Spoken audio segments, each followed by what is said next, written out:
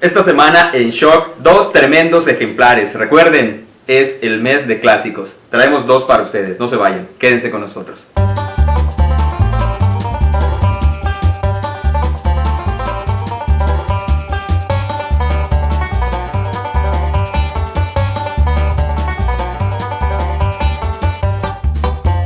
¿Qué tal, amigos de Diario del Sureste? Sean bienvenidos de nueva cuenta a su sección Shock, porque todos nos merecemos leer. Como les dije en el preview, este es el mes de los clásicos. ¿Qué clásicos? Pues del reto Shock. Y pues también nosotros, para que no digan que luego en casa de herrero asador de palo, pues también nos unimos al reto. Aquí con nosotros me acompaña Sergio Alvarado, pues y un servidor, ya saben, Isaías Solís. Y traemos dos propuestas. Sergio. Bueno, vamos a comenzar con un libro que es un clásico en la literatura americana, en Estados Unidos. Se llama Para matar a un ruiseñor. Kill a Mockingbird. Y de hecho se volvió película y por la película el famoso Gregory Peck se llevó un Oscar. Claro, por ustedes los jóvenes no recordarán quiénes son esos actores, pero a lo mejor si viste la profecía, la primera profecía, el papá de Damien es Gregory Peck. Pero en fin, después de eso regresamos al libro. En este libro, escrito por Harper Lee en 1960, se nos relata la historia de una familia en Alabama. Alabama está en el sur, y la narración se da en 1936, cerca de la Gran Depresión, y de hecho en medio de la Gran Depresión, y pues en el sur todavía había mucho problema con el racismo. Entonces el libro se divide en dos partes. La primera parte es la narración a través de la voz de la protagonista, que es Scout, es la hija del abogado Atticus Finch, y su hermano Jeremy. Entonces ella está empezando la primaria. Entonces su primer día en la primaria resulta que ella ya sabe leer y su maestra la regaña porque no, espérate, ¿cómo que ya sabes leer? Adelantada. Imposible, no puede ser que leas, te castigo. Y la castigan su primer día de la escuela porque ella sabía leer. Pero su papá ya la había enseñado y ella era muy inteligente y pues ya sabía. Entonces, bueno, y así con este pequeño episodio te va a contar cómo era la vida en el sur, cómo había que ser una señorita y ella andaba con overoles y a veces sin zapatos. Y el gran personaje que ella y su hermano tratan de comprender es su vecino. Su vecino es nadie lo ha visto, o sea, hace mucho tiempo era un muchacho al que su papá encerró y no sale, entonces se empiezan a hacer, ya ves como hacíamos las maldades, tocábamos el timbre y salíamos corriendo. Bueno, pues entonces hay a que no tocas la puerta ahí donde vive ahí el Tucho, sí, porque era el Tucho. Sí. Entonces, en ese tipo de historias y cómo era la vida entonces en esos años, pasa la primera parte.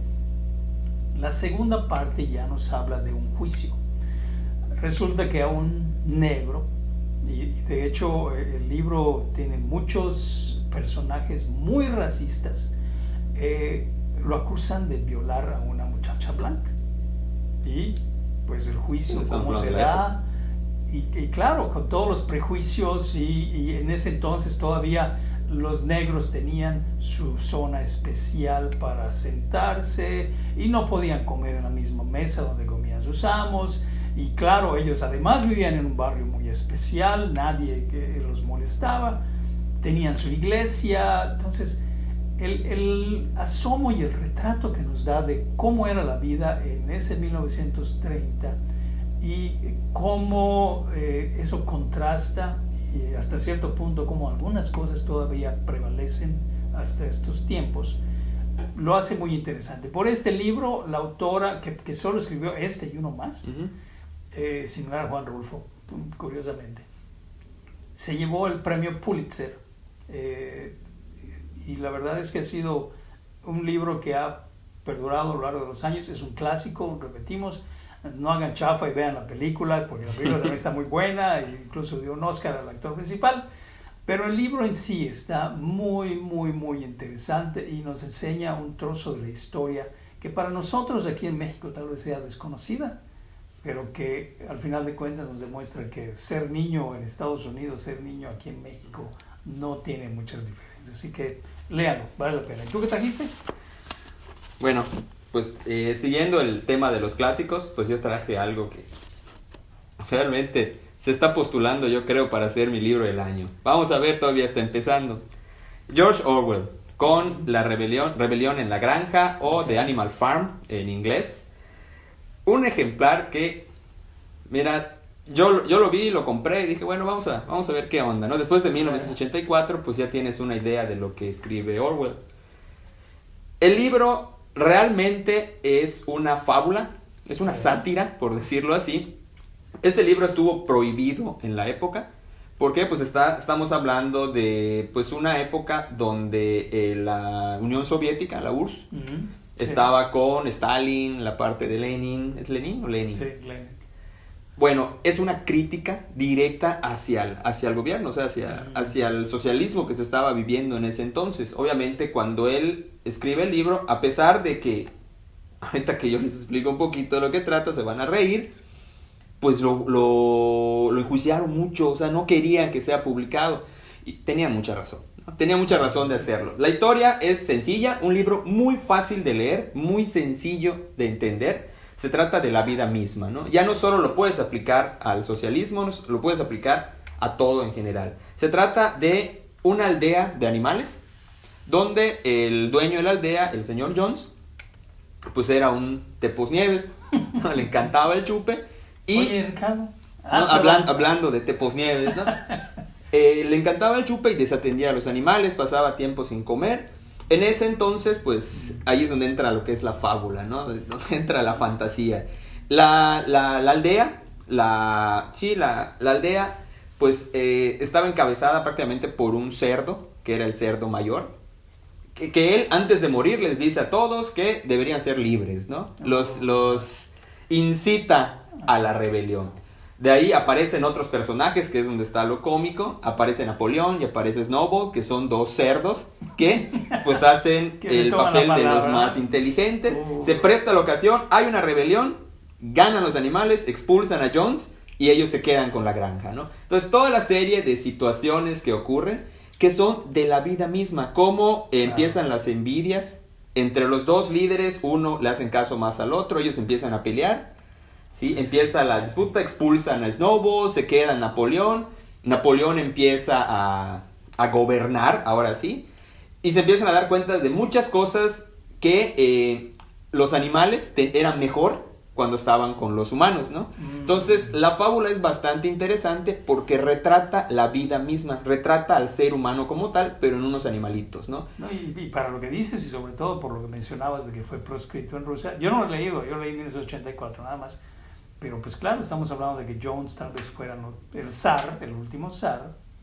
Y pues claro, la pelea entre Stalin y Lenin. Y Lenin, claro. Y claro, y todo lo que llevaban. Y pues sí, uno desplazó al otro. Sí, pues, pero aquí, digo, me gustaría tal vez hacer un especial solamente del libro para desmenuzar y qué se entiende después de que lo leas, qué entendiste, yo qué entendí.